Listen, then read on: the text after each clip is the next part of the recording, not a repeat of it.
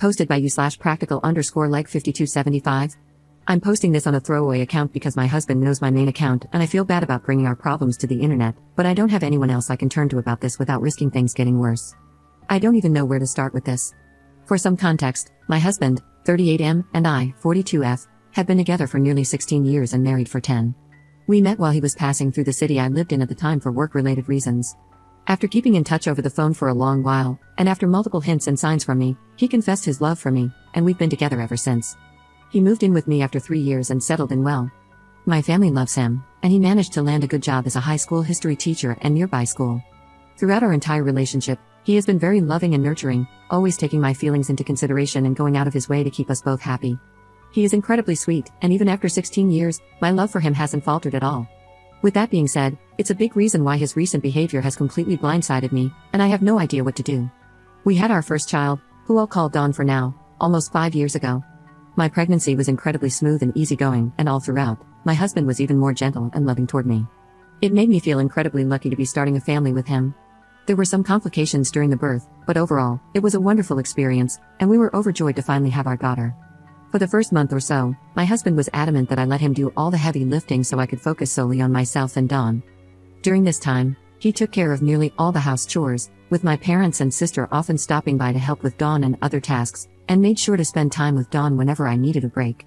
Once we both returned to work, he called my parents during his lunch break to check in. During Dawn's later infancy and early baby years, he eased up a bit on his checking in, but by no means did he give her less attention. Over time, though, I noticed that he was gradually spending less and less time with Dawn and seemed to be focusing more on work. I love Dawn with all my heart and am incredibly grateful she is in our lives, but I'd be lying if I said she was an easy child. She is very stubborn and lively for her age, so when my husband and I aren't scrambling to make sure she doesn't hurt herself or get into mischief, we're busy calming her down from tantrums. It can be exhausting. What's more concerning is how much this seems to be wearing on my husband. Nowadays, he's less motivated and energetic than he used to be. He's still sweet to me, but he's starting to pull away from me and Dawn. Our life in the bedroom has become completely non-existent. The most upsetting thing I've noticed recently, though, is how distant he's become with Dawn. The other day, during breakfast, she was excitedly trying to tell him about a show she'd been watching. He just put his cereal in the fridge and walked away. The look on Dawn's face when she asked me why he was ignoring her completely broke my heart. Another issue is how little he's doing to help with Dawn. Every morning, I wake up early to get her dressed and fed for the day, drive her to school, and pick her up later. I take her to every doctor appointment, dentist visit, play date, and school event. It feels like the only time my husband spends with Dawn is after she gets home from school and when he makes dinner. This has led to many arguments where I ask him why he doesn't put more effort into his relationship with Dawn. He always gets defensive and never gives me a clear answer. What prompted me to post here was an argument we had earlier this week. I was about to take Dawn to the babysitter since no one would be home to care for her. I honestly can't remember how it started, but it quickly escalated. Many hurtful words were exchanged, and I'll admit that some of the things I said were out of line. He started ranting about how much he's done for our family and how hard this is for him. I interrupted, asking how it could be so hard for him when I'm the one doing everything related to Dawn. He snapped, saying that if it weren't for her, things wouldn't be this hard. After he said that, we both went quiet. I probably would have torn into him, but I was too shocked. He suddenly decided he needed to go for a walk to clear his head. I've been completely shaken since that argument. I thought he was happy and just going through a rough time. After that comment, though, I've been rethinking every aspect of our relationship since Dawn was born. I feel heartbroken and numb. I don't know where to go from here. My husband and I have hardly spoken since the fight, and honestly, I don't even know what I'd say. At this point, I'm drained. I love him very much, but if he doesn't start getting his act together, I'm not sure I can handle this much longer. What can I do? I can't imagine my future without him, and I don't want a divorce, but I'm stressed, exhausted, and trying not to cry myself to sleep tonight thinking about it. Update 2 days later. A lot has happened since I last posted, and honestly, I don't know where to begin. I guess I should start by saying that my husband and I are going to couples counseling, and I'm very optimistic about things returning to the way they were before everything started to boil over. I want to take a moment to thank everyone who commented and helped me understand what he and I are going through and how to navigate it. Someone even recommended an episode from a podcast that helped me a lot. I didn't expect this post to get so much attention, but I'm very grateful for everyone who left helpful and insightful advice. That being said, this update is going to be long, so apologies in advance.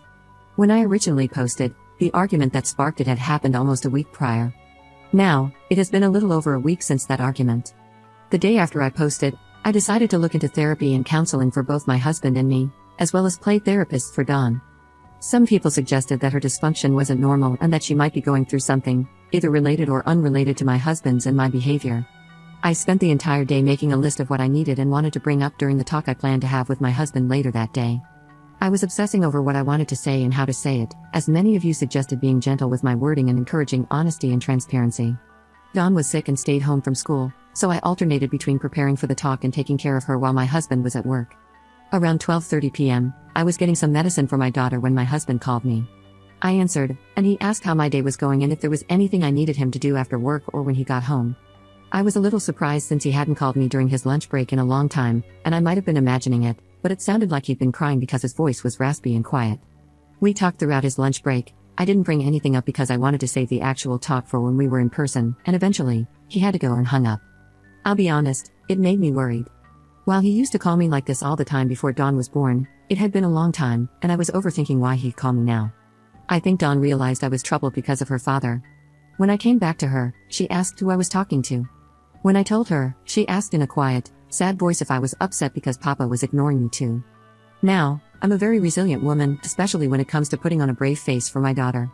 But when she said that, I felt so distraught and guilty about how aware she was of the situation and how she viewed her relationship with her father that I started crying, which made her cry too. While we hugged, I reassured her that her father loved her very much and was just having a hard time. She told me she didn't want him to be having a hard time. I took the opportunity to ask her if she was having a hard time. She admitted she was sad because she thought Papa didn't love her and wanted him to be happy again. We cuddled on her bed, and eventually, I fell asleep comforting her. When I woke up, the sun had already set. Dawn was still sleeping, and I could hear my husband watching something in our room. After making sure Dawn was tucked in, I went into our room. When my husband noticed me, he paused the show and asked how I slept. I told him I slept fine and asked how his day was.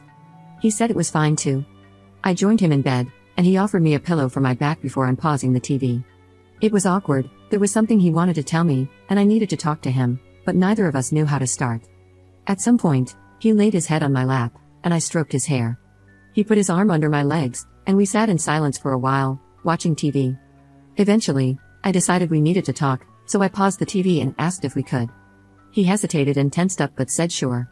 I took a deep breath and tried to remember everything I'd written down earlier.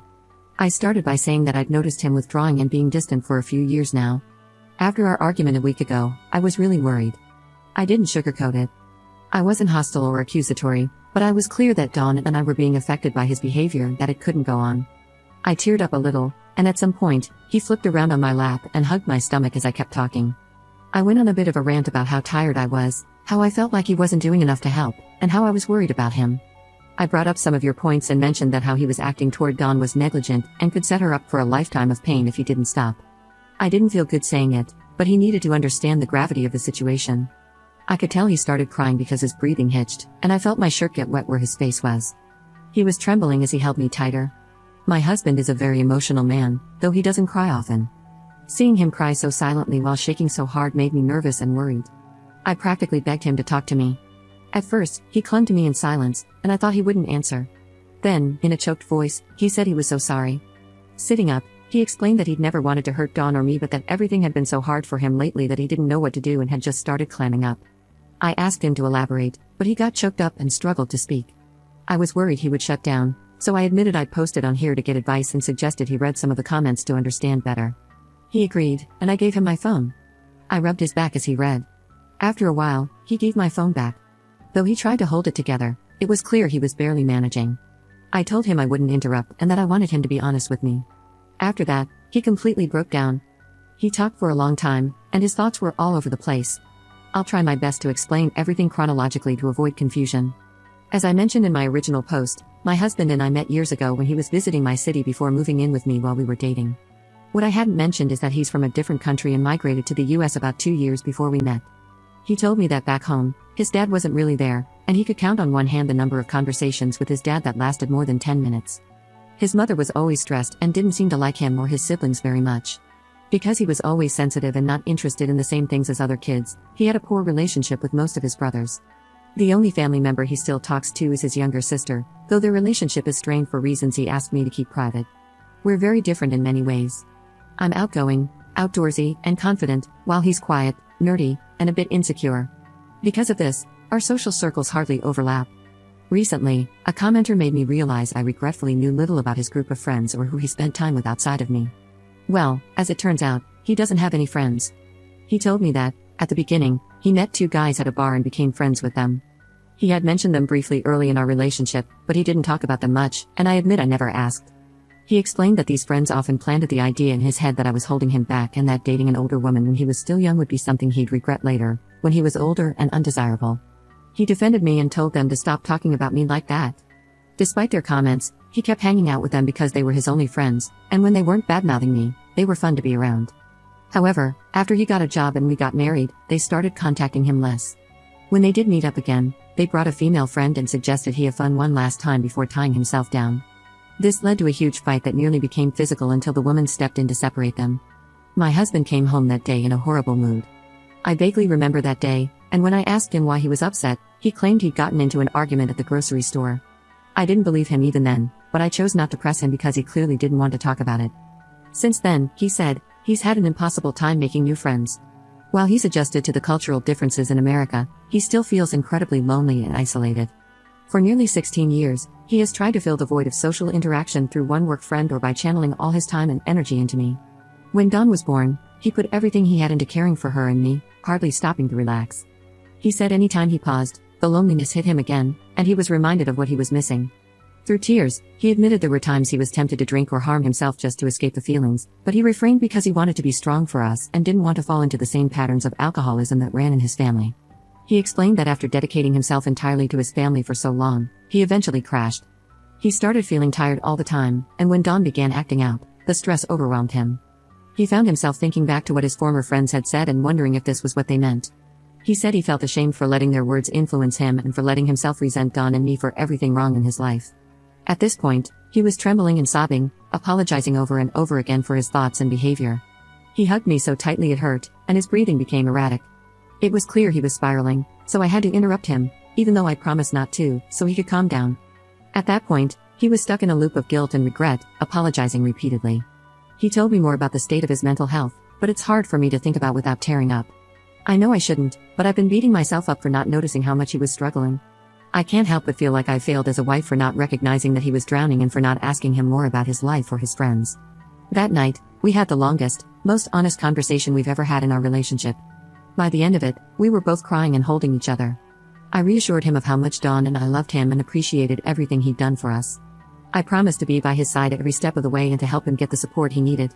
It was the first time in a long while that we snuggled so closely, and miraculously, he didn't toss or turn at all that night.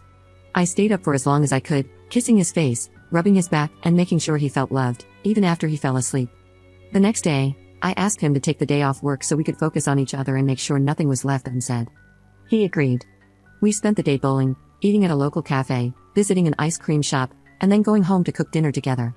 During dinner, we discussed our next steps. We agreed to start marriage counseling and for him to begin individual therapy to address his mental health. Based on everything he's told me, I'm almost certain he's been dealing with depression. Later, we picked Dawn up from school and asked if she wanted to go to the park. She was thrilled. I let my husband take the lead, and I watched as the two of them played on the playground and chased each other in the grass.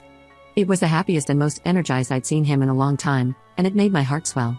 On the car ride home, he sat in the back seat with Dawn and played I Spy with her. At one point, Dawn said very excitedly, "I'm so happy Papa loves me again." I could practically hear my husband's heart break. He went silent for a long time before hugging her tightly without saying a word. Dawn looked guilty for making him sad, and I think my husband noticed because, when we got home, he quickly excused himself to the bedroom for a moment before coming back out, trying to seem cheerful to lift her spirits. The rest of the day went smoothly. As I was getting ready for bed, I heard him in the next room telling Dawn how much he loved her, that he had never hated her, and that he never wanted her to think otherwise. He read her a bedtime story, and after she fell asleep, he came into our room. We talked for a while, and I told him how proud I was of him for being so open and for all he survived. I kissed him and convinced him to cuddle me again, though it didn't take much convincing. As I write this, I'm lying in bed with him snoring loudly on my chest. I doubt I'll get much sleep tonight, lol. We've planned a weekend getaway this week. Dawn is excited to stay with her cousins, who have a pool she loves. I'm forever grateful to everyone who commented and helped me through this. I can only see our love growing stronger from here.